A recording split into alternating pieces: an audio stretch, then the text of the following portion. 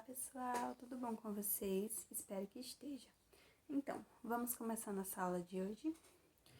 Na nossa última aula, nós paramos no capítulo 8, o solo e a humanidade. E hoje nós vamos dar continuidade a esse assunto, tá certo? Vamos entrar no tópico a formação e a constituição do solo. Vocês lembram que eu pedi para vocês falarem um pouco sobre algo que vocês tinham dúvida nesse texto, sobre algo que não ficou muito claro, palavras que vocês não conheciam, esse tipo de coisa, não é? Pronto, pois vamos lá. O solo, ele se formou a partir do intemperismo das rochas. Vocês lembram lá nas nossas aulas de rochas o que era o intemperismo? O intemperismo, ele era uma transformação. O intemperismo, ele era uma transformação que ocorria nas rochas que tinha uma mudança física nelas. Então, o solo, ele é composto assim. Pegamos um exemplo. Imagina uma rocha arenosa, o arenito. Então, a gente pega o arenito e esse arenito ele passa por um intemperismo a partir da ação da natureza. Chuva, vento, calor. Então, ele passou por um intemperismo. O que ele vai transformar? Ele vai se desmanchar e vai virar um solo arenoso. Daí que a gente tem a palavra arenito. Entenderam? Então, vamos lá. Ou seja, com a fragmentação das rochas, principalmente pelas partículas minerais como areia, silício, argila. No entanto, essa formação se constitui um processo lento e calcula-se entre 100 a 400 anos para acontecer o intemperismo, para acontecer uma nova formação e transformação do solo. Forma-se uma fina camada de solo de cerca de 1 centímetro. Então, imagine como esse recurso natural é raro e importante. Foi a partir do solo, por exemplo, que nós desenvolvemos uma das principais atividades humanas, que é a agricultura. O que é a agricultura? A agricultura é a plantação em massa de legumes, vegetais, frutas para o nosso consumo próprio. Imagina se não houvesse agricultura. Provavelmente você não teria o arroz, você não teria o feijão, você não teria a batata, você não teria a cenoura, outros cereais que você consome com certeza. Sem a agricultura, nós não teríamos coisas básicas na nossa mesa. Então, se nós temos, é graças à agricultura e é graças ao solo. E foi uma das primeiras atividades. Vocês com certeza já estudaram os reinos antigos dos persas, os egípcios, essas populações mais antigas. E vocês viram que a primeira coisa que eles faziam era encontrar uma forma para poder manter a agricultura. Vocês lembram dos diques lá no Egito? Para que serviam os diques? Para poder deixar aquela terra fértil para poder haver agricultura. Então, você vê que desde muito tempo, muito tempo atrás, a agricultura já é extremamente importante e fundamental na vida do ser humano na Terra.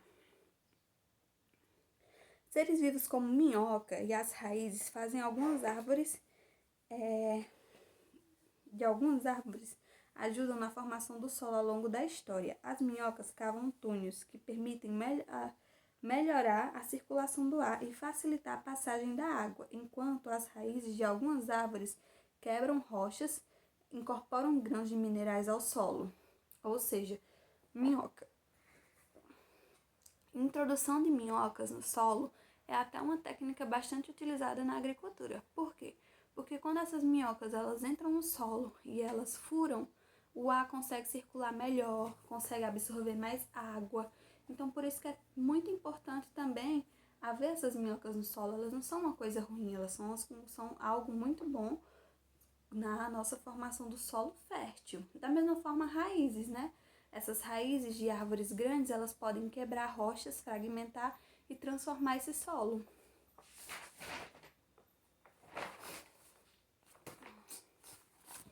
Vamos ver aqui. Não devemos esquecer da participação dos seres vivos que entram no processo de decomposição e fertilização do solo com matéria orgânica. Ou seja, o ser humano ele contribui totalmente com a matéria orgânica no solo. Como, tia? Como é que ele faz isso? quando um ser humano ele libera algum dejeto, por exemplo, as fezes. As fezes são matéria orgânica, não é? Não é comida que foi consumida, que foi digerida, que foi retirada os nutrientes e é jogado fora o resto. Pronto. Quando essas fezes elas entram em contato com o solo, por ser matéria orgânica, serve de alimento para o solo. Outra coisa é nossa pele. Nossa pele ela é totalmente consumida. Nosso corpo, depois que morremos, ele é totalmente consumido pelo solo e nosso corpo serve também como alimento para o solo, por ser matéria orgânica. Então, o ser humano ele também contribui na fertilização do solo. Tendo em vista a formação do solo, agora já podemos explicar a sua constituição básica. Cada componente tem uma origem e uma contribuição e determina o solo característico de cada região. Basicamente, o solo apresenta 4 elementos em sua constituição. Quais são os 4 elementos na constituição do solo? Primeiro, minerais. Segundo, a água. Terceiro, o ar. Quarto, a matéria orgânica. Então, para haver solo, precisa desses 4 elementos presentes. Olha aqui, ó. Quando a gente vê o solo primitivo, que é aquele solo mais antigo, ó. Solo jovem, se a gente vê aqui. E o solo mais maduro, que é justamente esse aqui. Então, aí a gente vê a configuração. Vamos ver aqui como é realizado. Após o intemperismo, a matéria orgânica fica aqui sobre cima, né? É a primeira camada. Depois vem o horizonte A, matéria orgânica e inorgânica. B, a zona de acumulação.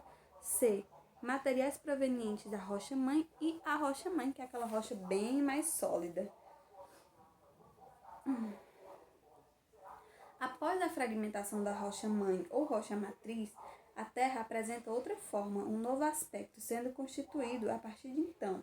Podemos chamar de horizontes, camadas superpostas que se localizam abaixo do solo e que apresentam texturas características diferentes.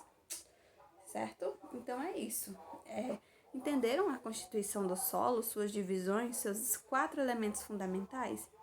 Então essa é a nossa aula de hoje. Próxima aula nós vamos ver o solo e a utilização dos agrotóxicos. Além da próxima aula, eu vou deixar para vocês um vídeo muito importante que eu quero que vocês vejam, que fala justamente sobre agrotóxicos, tá bom?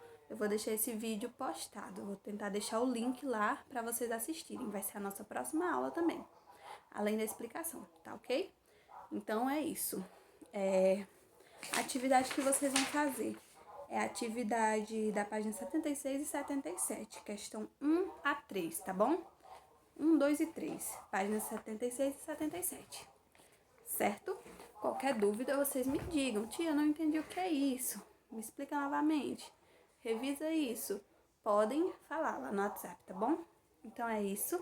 Um beijo e até a próxima aula.